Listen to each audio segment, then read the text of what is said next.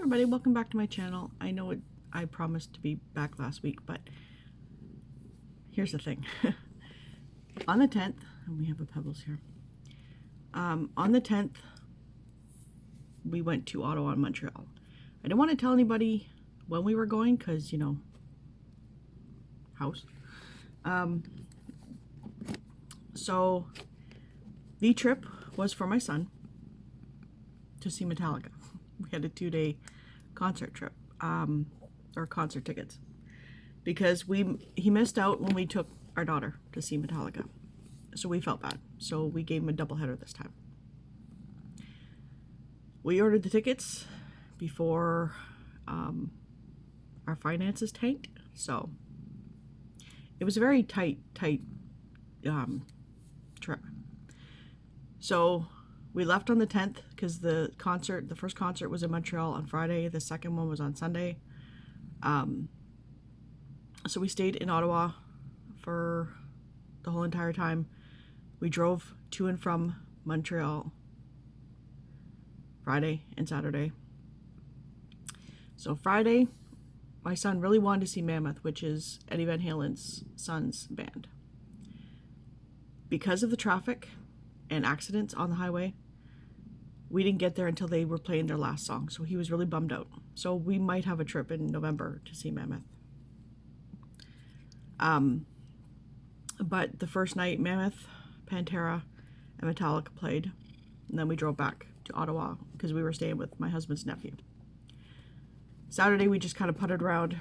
My son wanted to get a few vinyl records, so we went to a couple shops. Sunday, drove back to Montreal for day 2, and it was Ice Nine Kills, which I had never heard before, but they put on a good show. Five Finger Death Punch, which I was worried that they weren't playing because the lead singer had a couple of hernia surgeries, but I'm so happy because I really wanted to see them. And Metallica, obviously. So then we drove back Monday night to Ottawa, and then we came home. No, Sunday night. We came home Monday. While I was gone, and after I got back, I was swamped with orders. Tons. I'm not complaining. We really needed that. So, today is my first day off. And the mailman just got here. So yeah, today I got all my orders out today. I've been steadily working since we got back. Well, I took the rest of Monday off because we didn't get back till later. So Tuesday till now, till last night, I've been working steady. So I didn't even have a chance to come and do a video. How many books did I read while I was gone? I finished one on the trip, and I finished one 2 days ago. Yeah, driving. My husband has a thing with reading because he wants me to look around and see the stuff, but I've already seen it several times, so I don't need to see it anymore. So I do read while we're driving, but I didn't want to. And, you know, we're spending time with his nephew that he gets to see once or twice a year, so it was family time. And so when we went to bed, we crashed, and then we wake up, start doing stuff, come home, eat, crash, rinse and repeat several times. So I haven't had a chance to read that much, but I did finish Faded by Rebecca Zanetti. It's book 1 of the Dark Protector series. And I'm in this location because my back is doing some things today. But this is about vampires. I thought there was fae in it. There aren't. Vampires, shifters, and you're born as them. You're not made. So if you get bit, you're bit. You don't get changed. She's got abilities, and so does her daughter, and you find out later her sister. It's not really a spoiler, but she denies that she has anything. And I gave this a 4. I like the writing style, but it was too fast. It was very insta-lovey. It was very I don't know. She has a 4-year-old daughter, and she was being written as like a teenager. Like, the way the daughter talked was way too old. So there's that. She has abilities, yes, but it's hard to describe. There's 2 factions of vampires because one person died,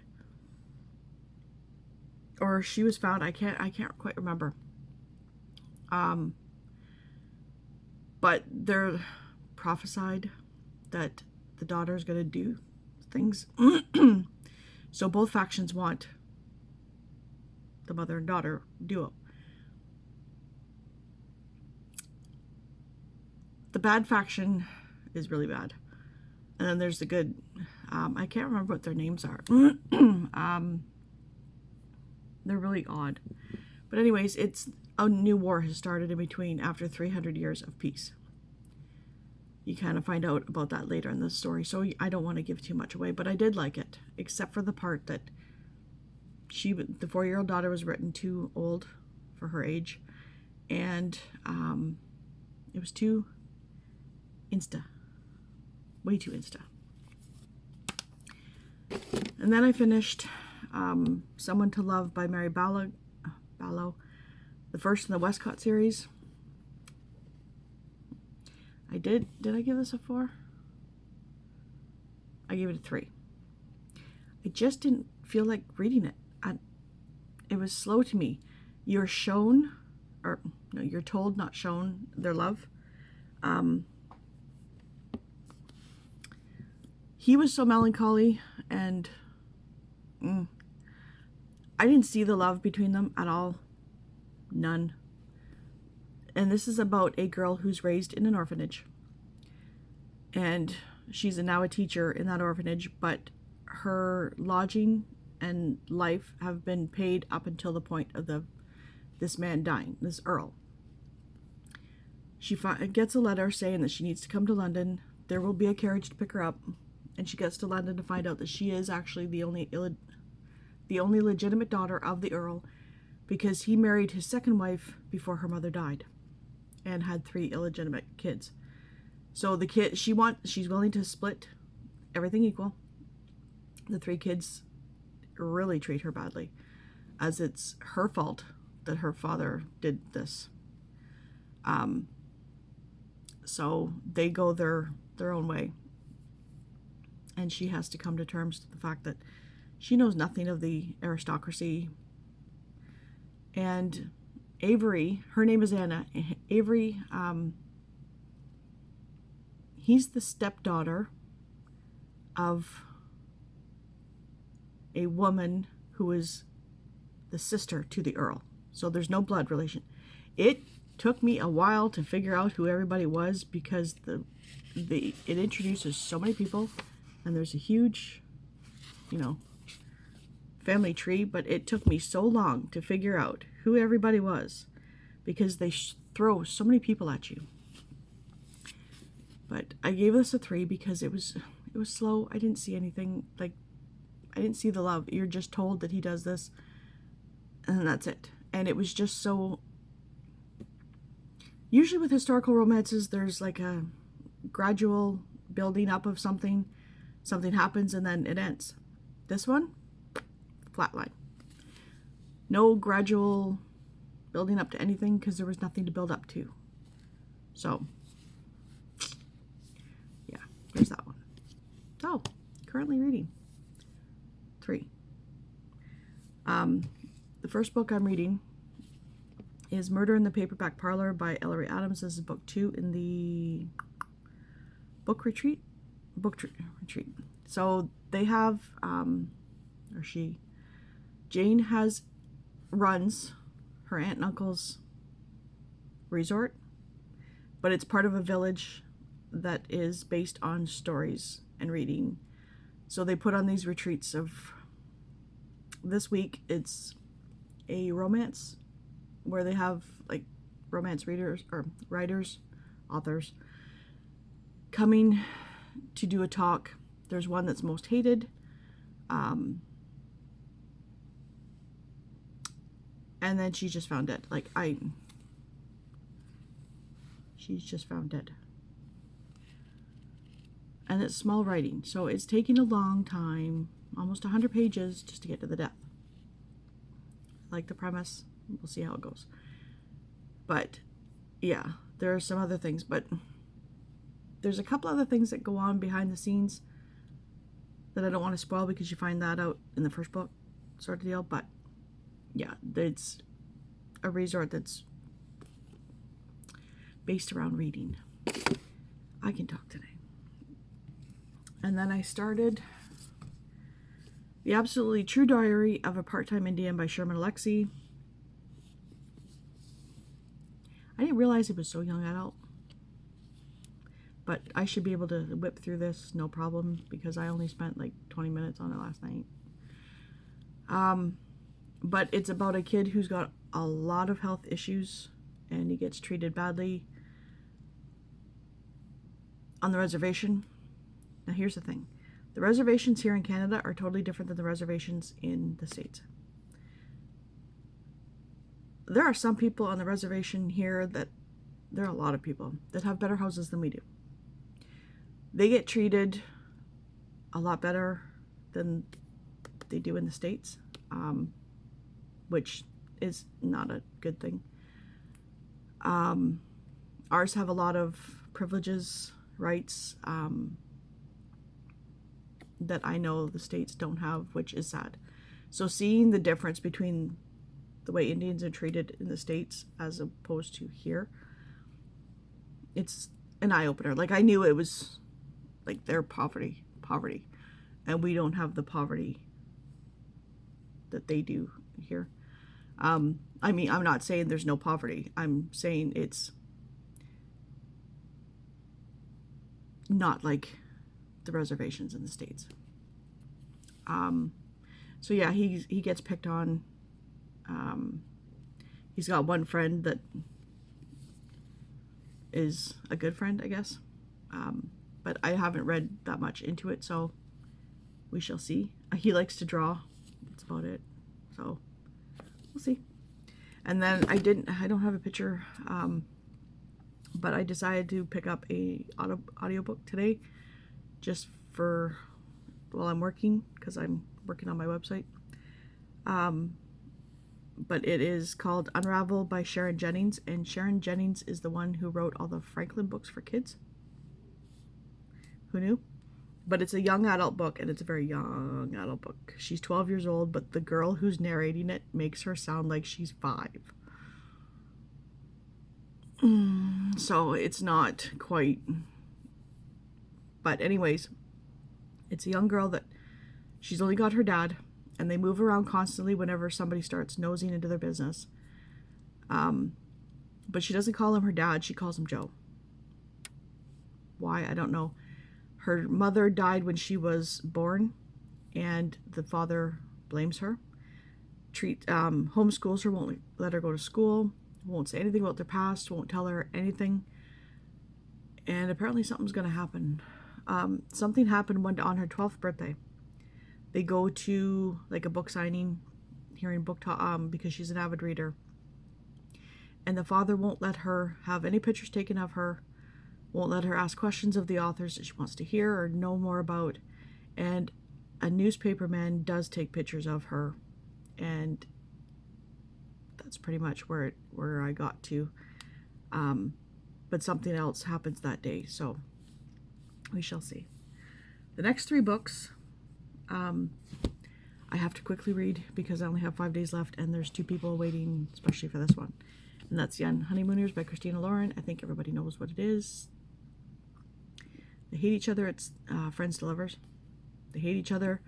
They're part of a wedding party. They're the only ones who doesn't eat seafood and don't get sick. And since the honeymoon is non-refundable, they go on instead of the bride and groom, and sparks fly.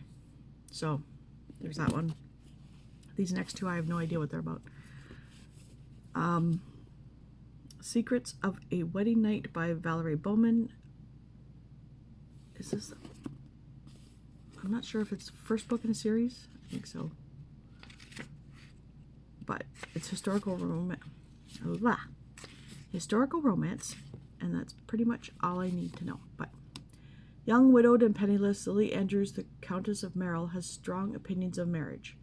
When she spots a certain engagement announcement, in the time she decides to take action. She will not allow another hapless girl to fall prey to a man. That's right, too. And then this one, What Happens at Christmas by Victoria Alexander. I'm not sure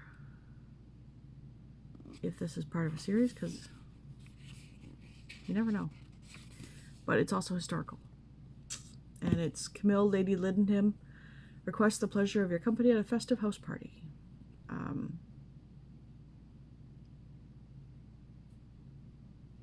Yeah, it's just a romance at Christmas time at a Christmas party. So that's what I'm going to hopefully read this week. I probably won't have them to show you next time. We shall see. And then I got a book haul. My Essential Suspense from Harlequin showed up this morning. My Essential Romance should be tomorrow. I might be canceling these just for financial reasons. I'd hate to, though, because book 3 in one series should be coming out in one of the next boxes. We'll figure it out. The first one, I already read it. I might read it again, but it's Disappearance at Devil's Rock by Paul Tremblay. We say Tremblay here. But it's about a boy who goes missing at this Devil's Rock. And there's like a mystery. These other two, I have no idea. To the Sea by Nikki Crutchley. I don't think they're part of series. From what I've seen when I added them to Goodreads. But No One Leaves Iluka, No One. 18-year-old Anna was born at Iluka, and this is the only place she has ever known. The wild pine plantation, dramatically perched at the end of the cliff, is her family home. It's safe here, isolated, but Iluka has rules established by her fierce, iron-willed grandfather. Don't speak to anyone else, ever. Never leave, until a man arrives with more curiosity than is good for him or Anna. And then this one is Wild Creek Whispers by Cindy Keene Reinders. An innocent target. For Wyoming private investigator Reese Golden, cases like skip tracing and background checks pay the bills and keep her from becoming too emotionally involved. But when she's asked to find Daisy, a 4-year-old girl who's been missing for a few weeks, Reese can't say no to the girl's distraught mother. Unfortunately, the police and the FBI haven't come up with any leads. And there's something about her mother's past. And then I'm not going to read the back because this is book 2 in the Blackbird trilogy, and it's Secrets in the Dark by Heather Graham. So yeah, that's my book haul for today. That's it. Thank you for sticking by or sticking around. You know, I should be back to the groove next week. It's been crazy, and my husband's been working steady, so. But yeah, I hope you understand that I couldn't very well tell you exactly when I was going because we don't like leaving the house unattended. Not that it was, because my mom was looking after it, but she's in her 70s and I really don't want anything to happen to her. So, yeah. Oh, and the funny thing about the Unravel book that I'm reading by Sharon Jennings, there's mentions of towns that are around us. So that's nice to kind of get little glimpses of. Yeah, so anyways, I hope everybody has a wonderful day, a wonderful week, and I will talk to you later. Bye.